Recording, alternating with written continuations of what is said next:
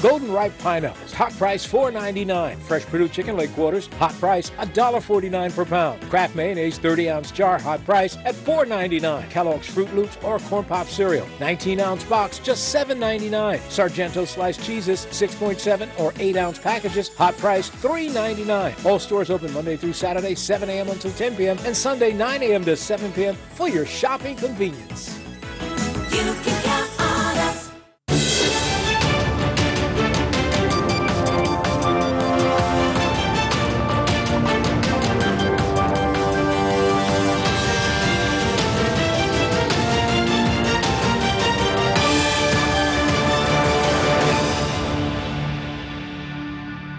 You're watching Bermuda Tonight. It's Friday, August the 10th, 2018. I'm Diane Brewer, and thank you for joining us tonight. Increased government revenue, a decline in government spending, a shrinking deficit, more air arrivals, and more people working. That's a snapshot of the 2018-2019 first quarter fiscal performance, as highlighted by Premier and Minister of Finance David Burt to members of the House of Assembly. Gary Moreno brings us up to date. Premier Burt stated that as at the end of June this year, revenues collected stood at $260.1 million, $5.7 million more than at the end of June last year. And this thanks to an additional $9.2 million in payroll tax collections, an increase of $2.2 million in passenger tax collections, and $2.1 million more in land tax.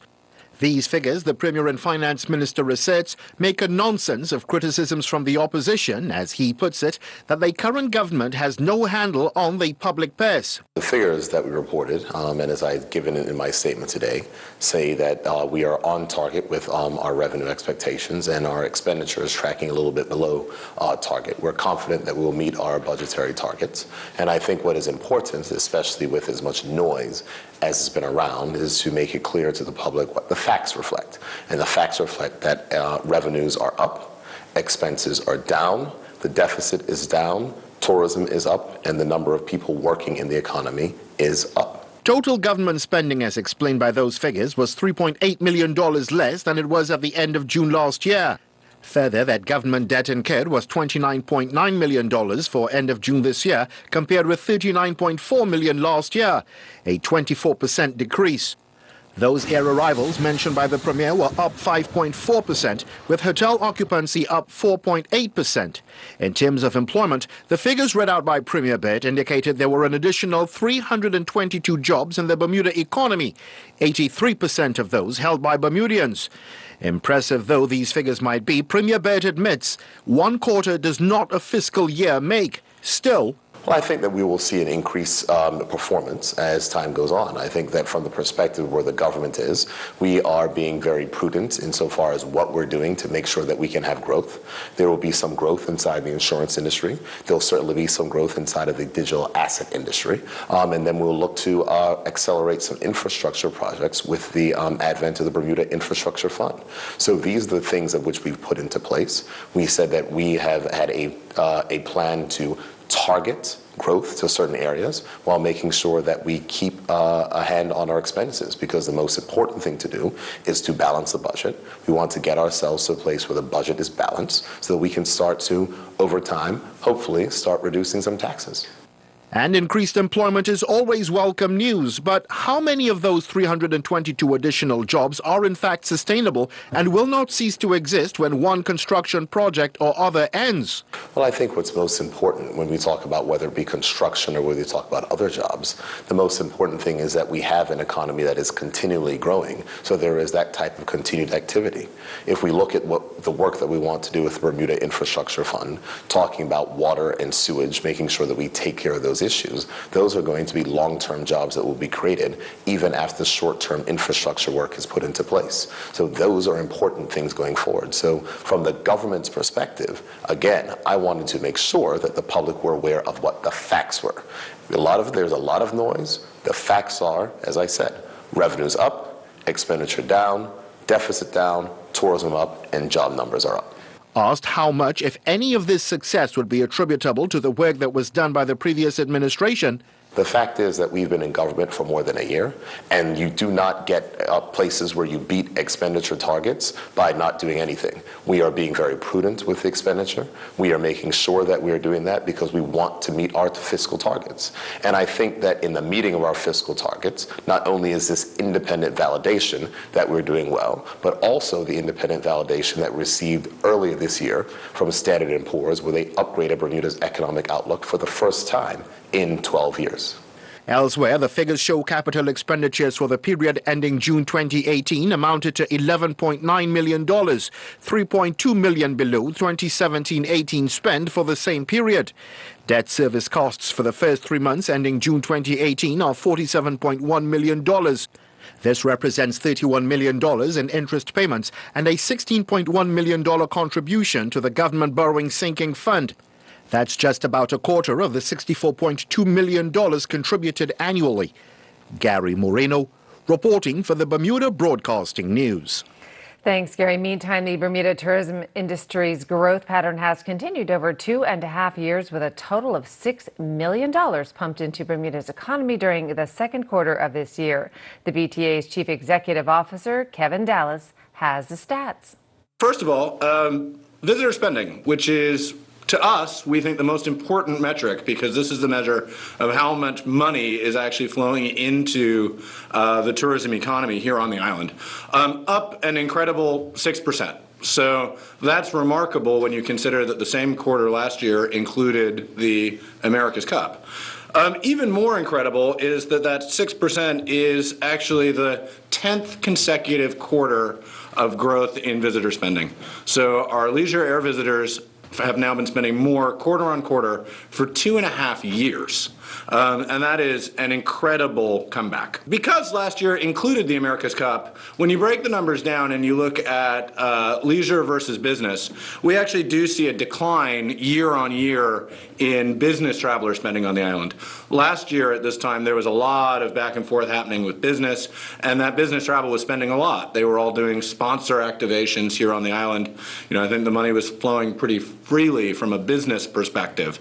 So when we look at it versus 2017, business traveler spending is down, but when we look at it versus 2016, it's actually up. Leisure air visitor arrivals, the number of people actually coming on vacation to Bermuda, was actually up by 15%, which is an absolutely outstanding performance considering that the same quarter a year ago included the America's Cup. So, you know, the big conclusion of that is actually an extra $6 million in Bermuda's tourism economy versus the same time last year, which is a really fantastic result that we're very pleased with. Air arrivals, leisure air arrivals, are up by a whopping 17% year to date, which is an absolutely incredible result.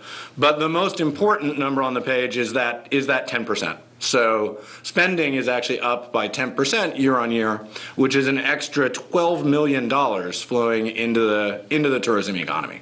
New York, where we obviously have the most capacity, we were up by 16%. The Toronto area, we were up by 17%, and that's actually despite the fact that the flights on both WestJet and Air Canada already flew very full last year, so that was really good to see. Philadelphia's up by 27%, and Washington, D.C., where we only have a very limited seasonal service, we were still pleased to see up by 24%, which we think continues to make the case for year-round service out of D.C., which we would really like to see, and we're partnered with Skyport and the Ministry of Transport in trying to deliver.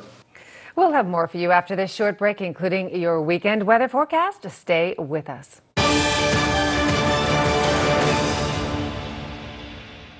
Check out the great products at our $4 Depot stores. Party bags, candles, soaps, and a variety of health and beauty items, even candy. A number of kitchen items, aluminum baking pans, an assortment of socks in various sizes, even baby products. A choice of items for only $2.50 each. Stop by any of our 4 stores today. The Dollar Depot, stretching your dollars further.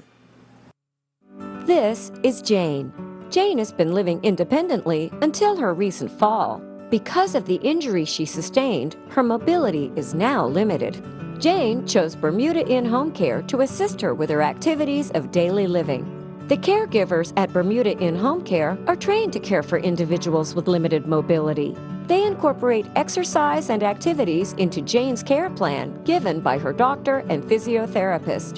The caregiver helps the family select the right medical equipment from Lighthouse Medical Supplies. Lighthouse Medical Supplies have certified durable medical equipment specialists available to help. Falls are the #1 cause of injury in older adults.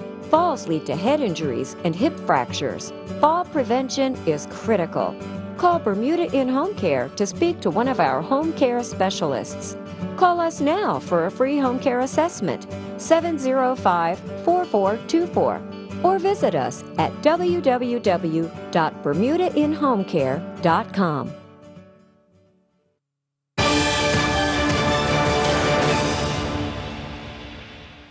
Welcome back. Well, members of Parliament have been given a stern warning against improper use of their devices after photos of MPs sleeping in chambers went viral on social media. Speaker of the House Dennis Lister berated members, calling the behavior childish, saying that filming MPs in secret broke proper decorum. The photos of PLP and OBA ministers received widespread criticism from the public. This Speaker has no issue with members who may seem to have their eyes closed at a moment, taking a rest. I've been in this chamber almost 30 years, and I don't think there's any member who's ever sat in here who hasn't had a moment's rest at some point. So the sleeping was no issue for me. It's the photographs that's the issue. We are all supposed to be adults in here. I don't expect childish behavior. And to circulate photographs of individual members in here in that manner was not of the proper decorum of these chambers, and will not be tolerated. The standing orders, as they are written today, bans all use of any electronic device, including laptops, but we have been lenient to allow laptops as time has moved on. We've been lenient with some of the other technical devices that are of modern age. As you know, there's a review taking place now of standing orders. When that is complete, it will address the proper procedures for the proper use of those devices in here.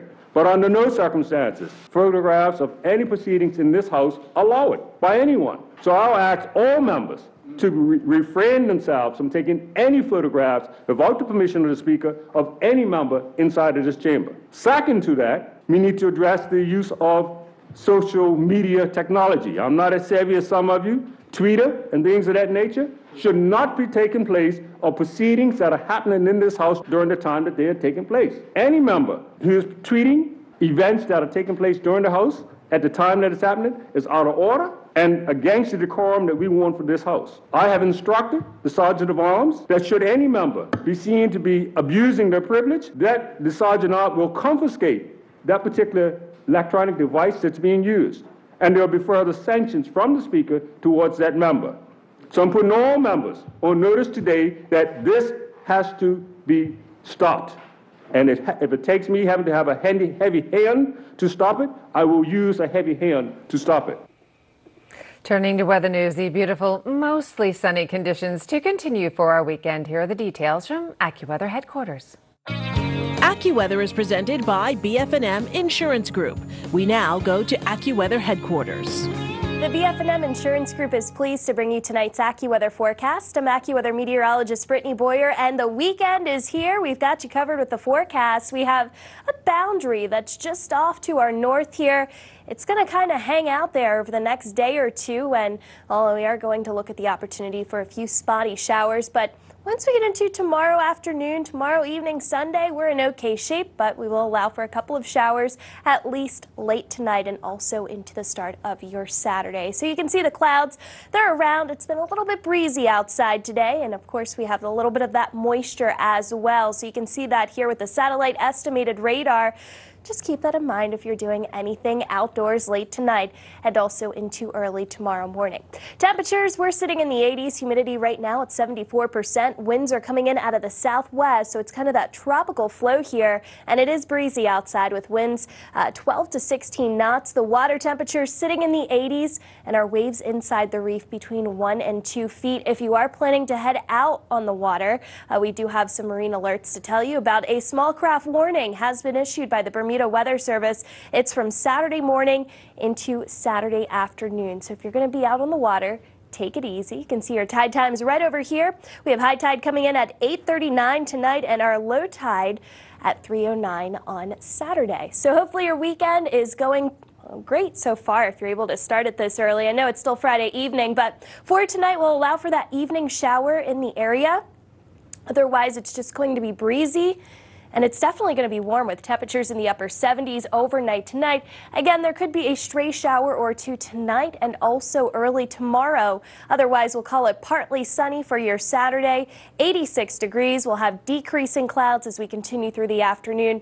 And then tomorrow night, it's also going to be another mild one with a low of 78 degrees. All right, let's take you through our futurecast here as we head into the weekend. You can see that we have this flow coming in from the south and west, and this is going to be kind of the scenario as we head into early next week. We're going to be kind of in this tropical flow. We're not expecting any day to be a washout, but each day might not be completely dry. There could be a couple of showers that move in at any point. Sunday should be good, but this will be more of the case as we head into early next week. So just keep that in mind. Most of the steady moisture is going to be out toward the east coast into early next week. All right, as we take a look at our travel forecast, Toronto, Canada, tomorrow clouds and sun, 82 degrees. New York City and Boston, we are looking at some showers and thunderstorms. No tropical development, but some of these locations are dealing with some unsettled weather on this Friday evening. Your extended forecast, aside from the shower late tonight and into tomorrow, we're not looking at a whole lot of moisture here, so early next week should be nice and pleasant. AccuWeather was presented by BF&M Insurance Group.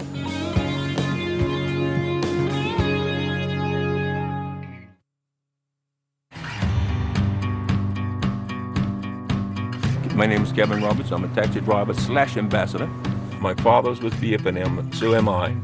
Half of my family always seemed to be with Bermuda Fire Marine. I tried a different provider at one time, but I wasn't too happy with the competition because then it took too long to settle claims. They questioned every claim, and I never really had that problem with BF&M. I'm quite happy with it.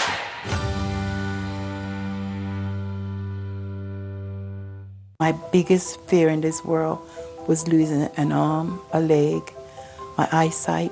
I was taking insulin injections. I was also taking lisinopril and a series of other medications. There are many medications that patients are on that are very helpful. If you're able to lower the blood sugar through lifestyle, decrease in sugar intake, increase activity, you don't need those medications anymore.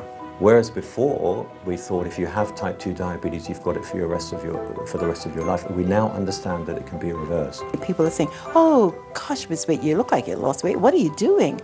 And you just tell them you're doing the diabetes reversal program. Dr. James looked at me and he said, Sister Wade, look at you. And I said, Doc, I got my sexy back.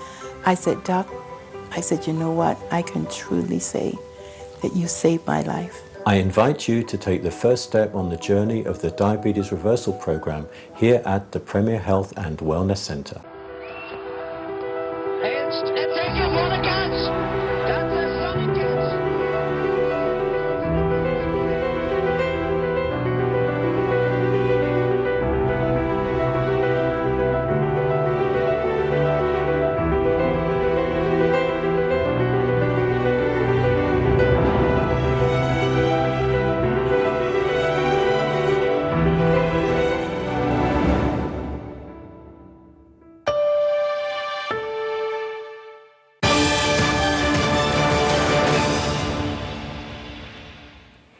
The Bermuda Tourism Authority is not fazed by government's decision to leave Shelley Bay Beach as is without any pop-up concessions.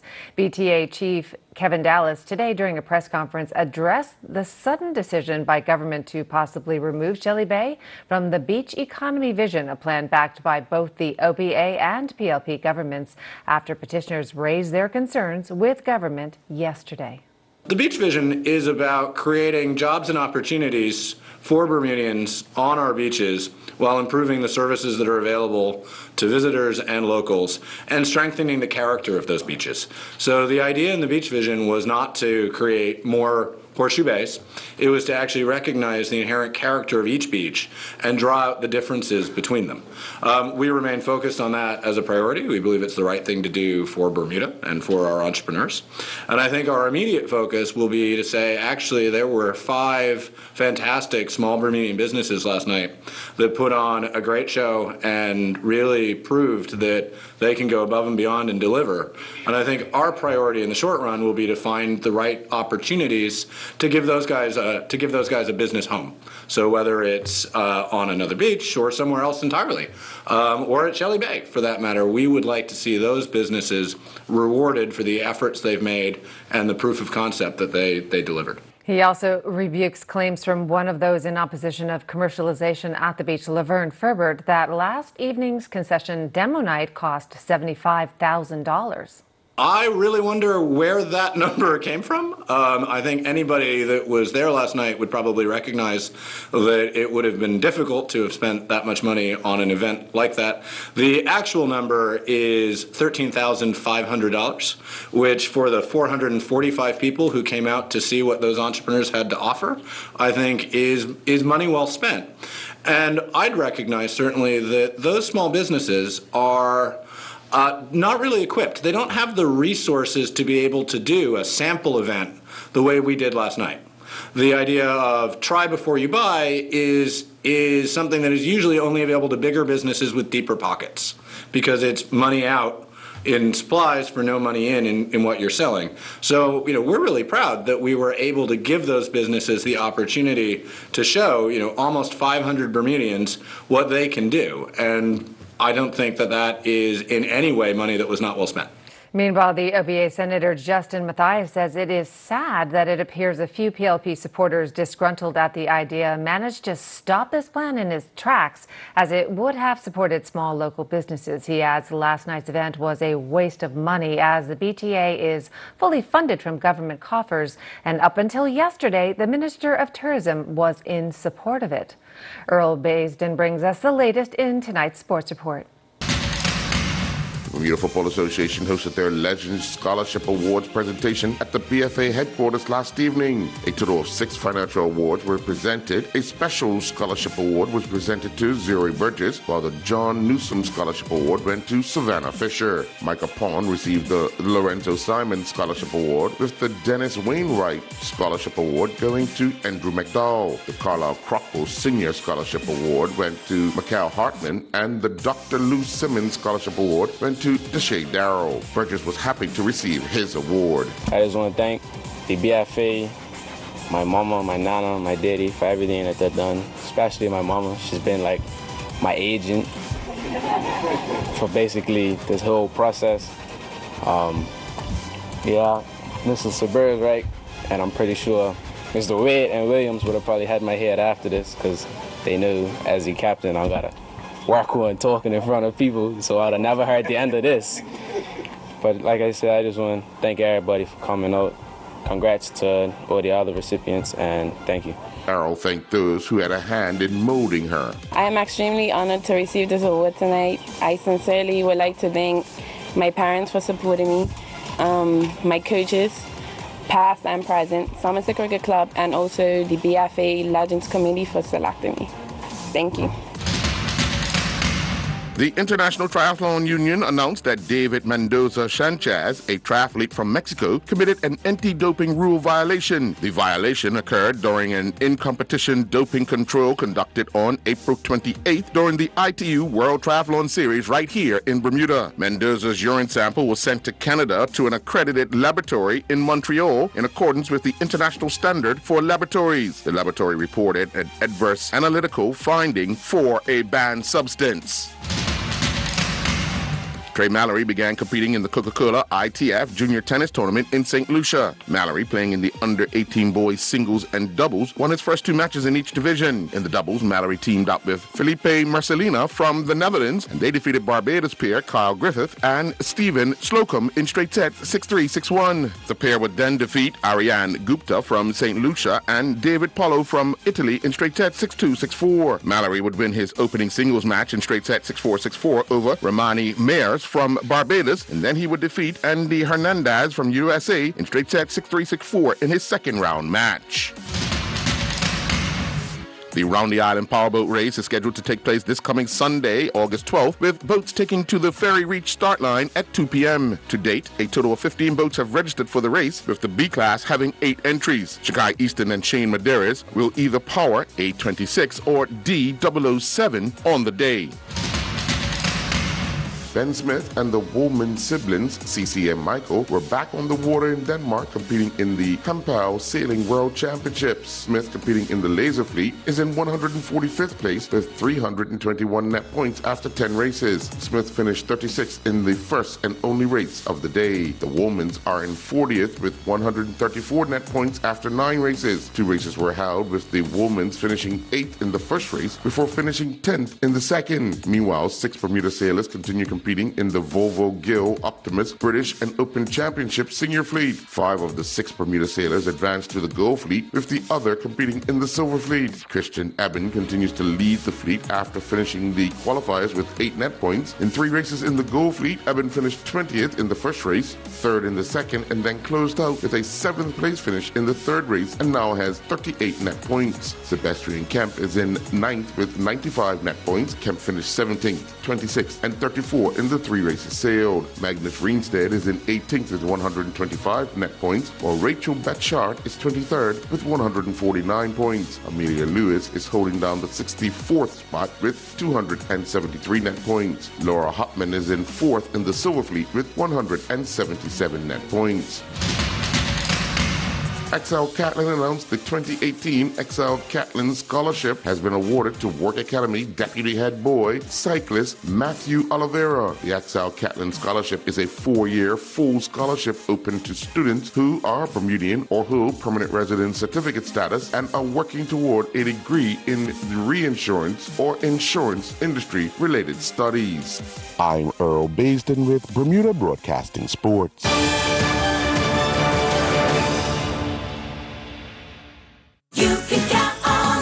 Green Giant red potatoes, 5-pound bag, only $5.99. Fresh assorted pork chops at $2.99 per pound. Chobani Greek yogurt, 5.3-ounce tub, just $1.89. Scott Chooser size paper towels, 1 roll at $2.69. Super SWAT or Superbug insect spray, 430 milliliter tin, hot price $3.69. All stores open Monday through Saturday, 7 a.m. until 10 p.m. and Sunday, 9 a.m. to 7 p.m. for your shopping convenience. We are the voices. You are with the captain. It's Mr. Midday. 12 new major news. The big station. The morning show. The #1 song. The Faces. You're watching Bermuda Tonight. This is exactly what you're talking about. What an upset it was. The Storytellers. They are actually using the pepper spray. Police are aware of this theory. The water is 3,500 meters deep. The tax climbs up to 12.5%. The window on our community. We bring you the best in U.S. television entertainment. And the greatest sporting events in the world. A brilliant performance from Duffy. We are the island's only Bermudian-owned broadcaster of both television and radio. With the only TV channels that are available over the air in beautiful high definition, completely free. We are always expanding. We are always innovating. And most important, we're always your station. This is Bermuda Broadcasting.